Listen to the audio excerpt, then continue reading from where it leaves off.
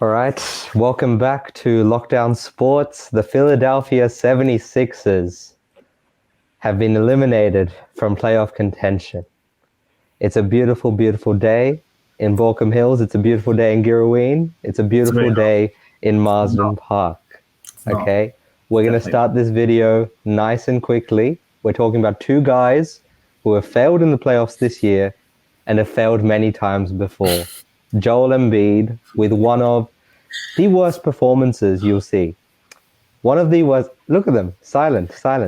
I think you're exaggerating a bit, but okay, sure. Okay. So allegedly, I'm exaggerating. So you know what I'll do? I'll pull up the notes. I think Brom's ready to lose two friends tonight. Yeah, definitely. I'll put Saru on the camera. Now, I just want your visual reaction to these numbers, Saru. Nothing else. Just give me one moment here. Okay, so you've got, how much of a drop-off was it, John?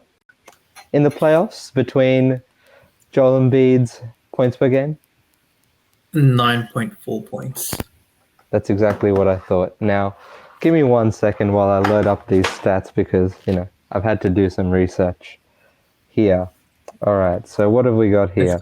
We've got Joel Embiid averaging, 7 shots close range as opposed to his 8 to 9 shots. We've got Joel Embiid criticized by Hakeem for his play style in January during the All-Star break about how he's taking too many threes.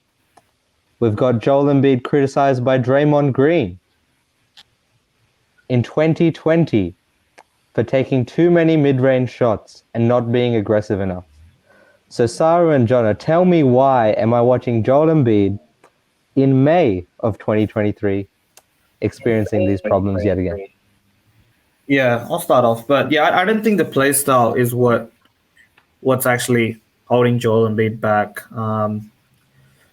Like the game's change and you can't expect to always go to the post and go from there. When he goes to the post, he gets doubled up. And that's actually exactly what happened in this series against Boston and Philly, because when they started playing Robert Williams in Game 6, I believe that's the change they made.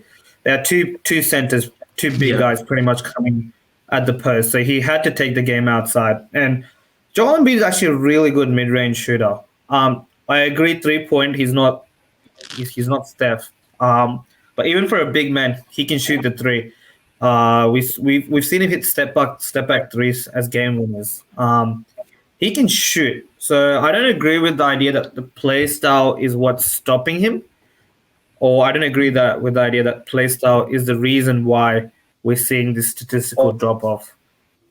That's what the way I see it, you've got a player here now playing more minutes in the playoffs. Yes, okay, I understand. The Celtics' defensive coverage.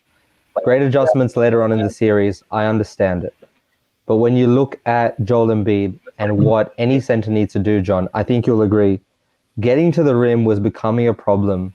And even in those scenarios where Robert Williams wasn't there, there was a little bit of struggle at the aggression, having to kick it out, not getting the ball back from his teammates. So I don't think anyone from Philadelphia, apart from Embiid, is excluded from this blame.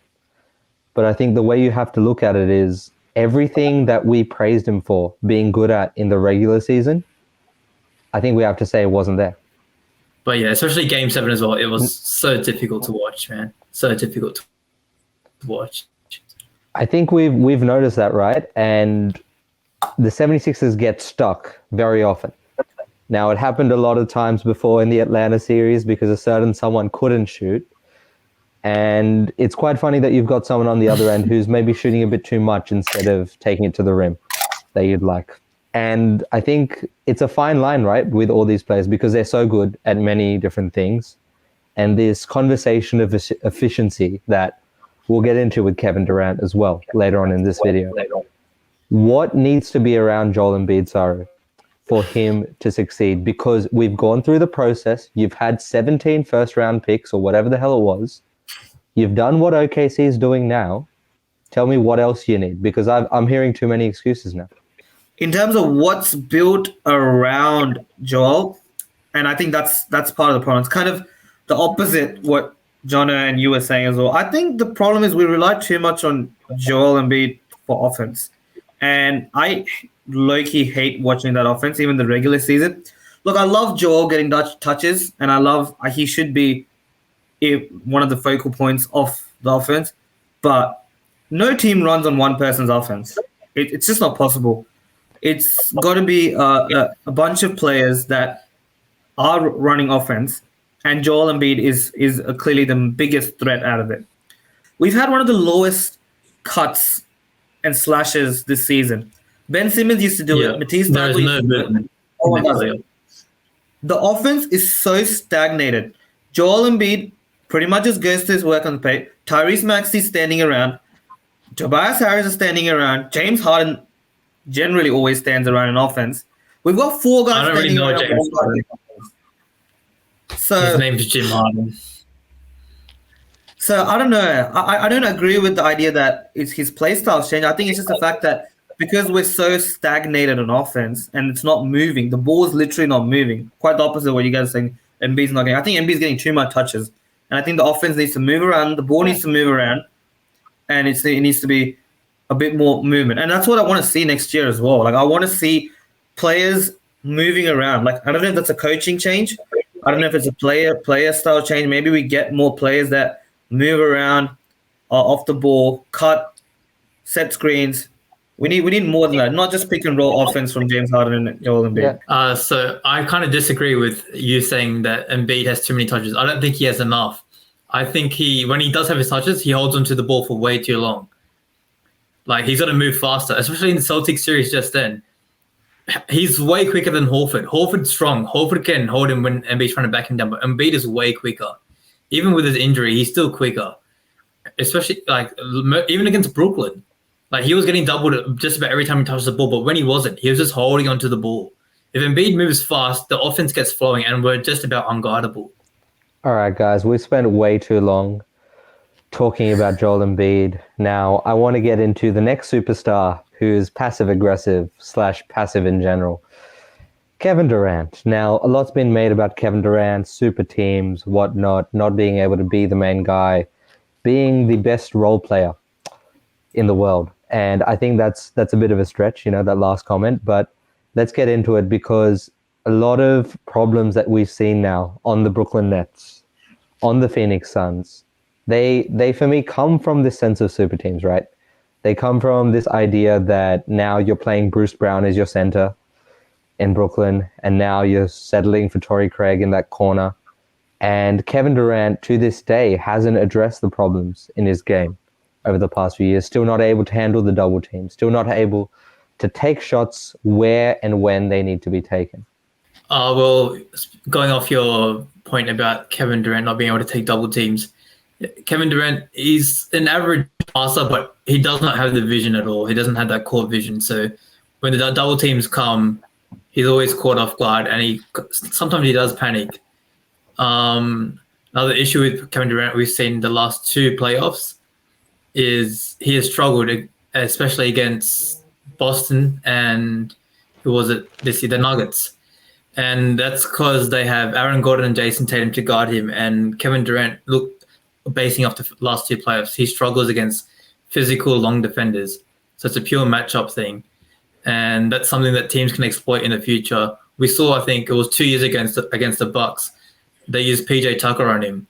And PJ Tucker's a very strong guy. So he was able to hinder Durant a bit, but he's just way too small. But I think the last 2 years we saw with Tatum and Gordon guarding him, they can make him inefficient. And that's an issue that's risen pretty surprisingly to a lot of people. And that inefficiency, Saru, on a regular team with two guys instead of three. And you know what I mean by guys, all-stars.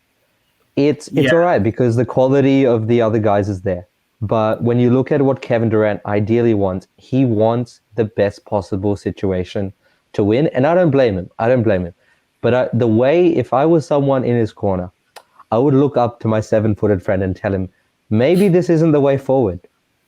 Maybe having an extra star is not worth it if you're going to lose the best wing player in the league, maybe the best role player, Mikal Bridges. And you see what he's doing at the Brooklyn Nets nowadays. Obviously, looking forward to another great season there, hopefully. Yeah. But the way I see it with Joel Embiid, the way I see it with Kevin Durant, simply put, these guys have very unique gifts, okay? They're very technical in their ability, and no one's going to deny that. But the one problem that I have is they don't remember to do the stuff that's easy for everyone, you know? Kevin Durant loves the mid-range. I get it. But as a 7-footer with a good handle, you should be getting to that rim a lot more. Now, I want to leave this video, just with the title. Now, I've called it The Left Stick, and the reason I call it that is because we grow up playing video games. We grow up playing 2K, FIFA, whatnot.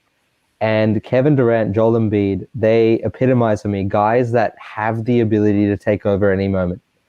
And for me, it's that decision making that's taking them down just one tier.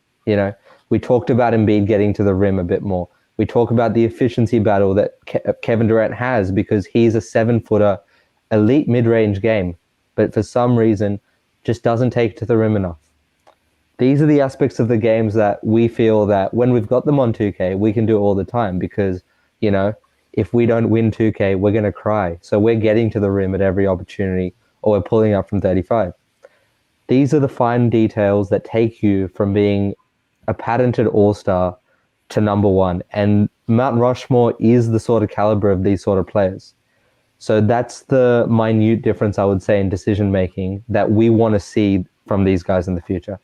Anyways, stay tuned, stay locked in, subscribe for more. We'll be back next week with another video. Ciao.